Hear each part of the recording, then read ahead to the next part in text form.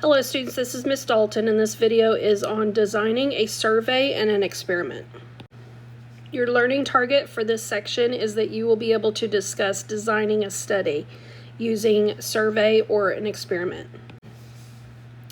When you start to design a survey, here are some tips that you need to keep in mind. First of all, you want to define a clear goal for your survey of what you want to find. The number of questions being asked is not significant. You can have any number of questions, but the quality of the questions are incredibly important. Beware of response bias. Make sure your questions are worded in a way to get authentic answers. You don't want to mislead them with your words into choosing a certain answer.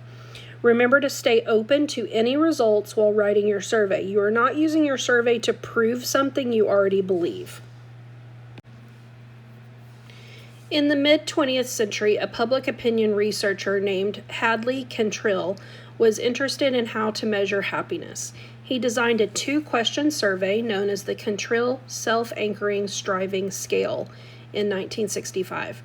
Picture a ladder with rungs numbered from 0, the bottom, the worst life you can imagine for yourself, to 10, the top, the best life you can imagine for yourself. Now, answer the following two questions.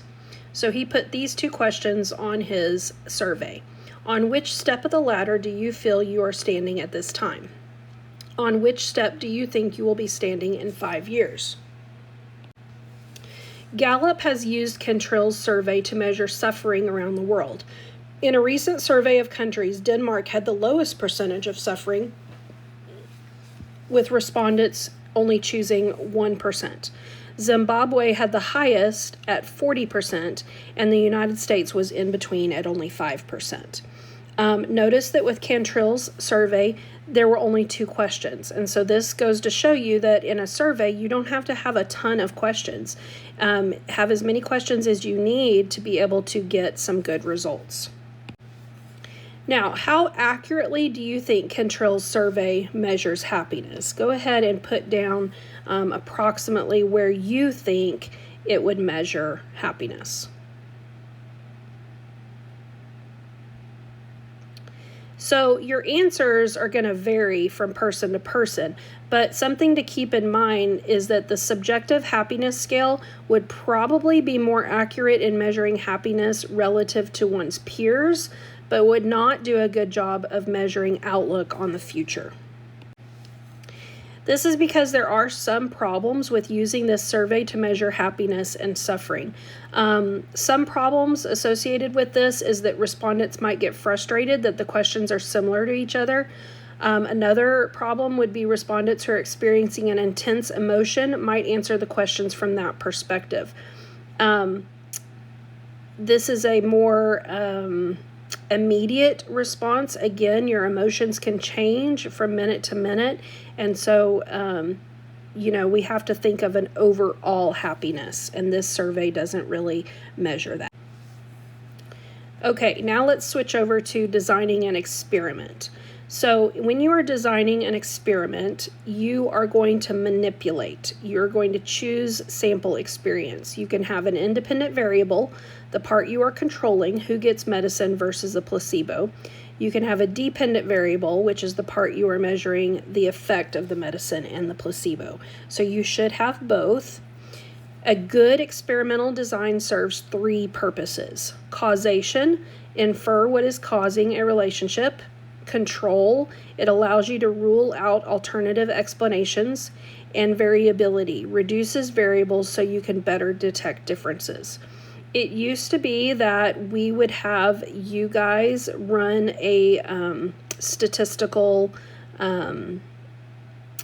experiment or a statistical survey, or we would have you observe. And so we're not going to do that this year just because of COVID, but just know that that is something that we have done in the past.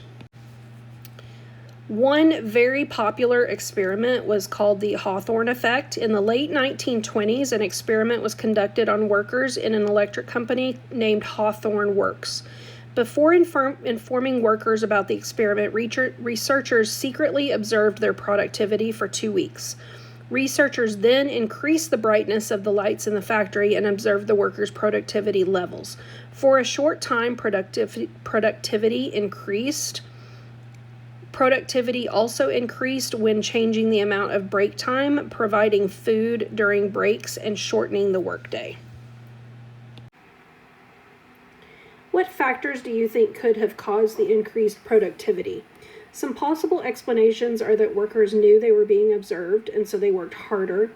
Maybe the lights really did increase productivity. I know bright lights tend to help working harder. Or there could have been increased peer pressure.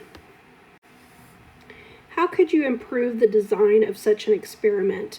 Answers will vary on this question, but one way would be to increase the brightness of lights without informing the workers of the experiment.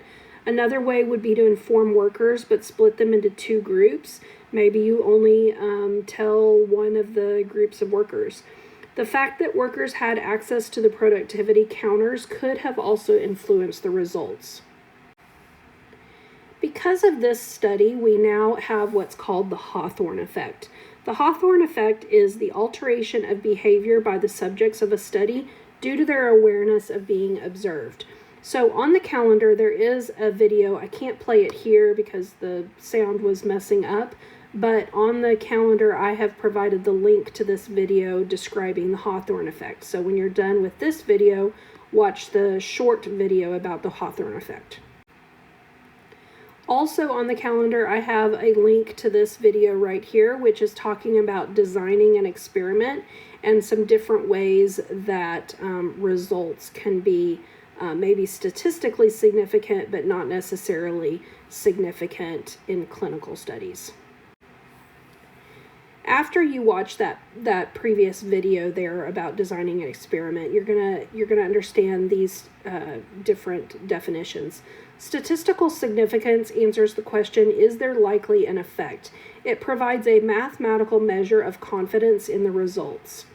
The effect size answers the question, how strong is the effect? It measures the strength of the treatment.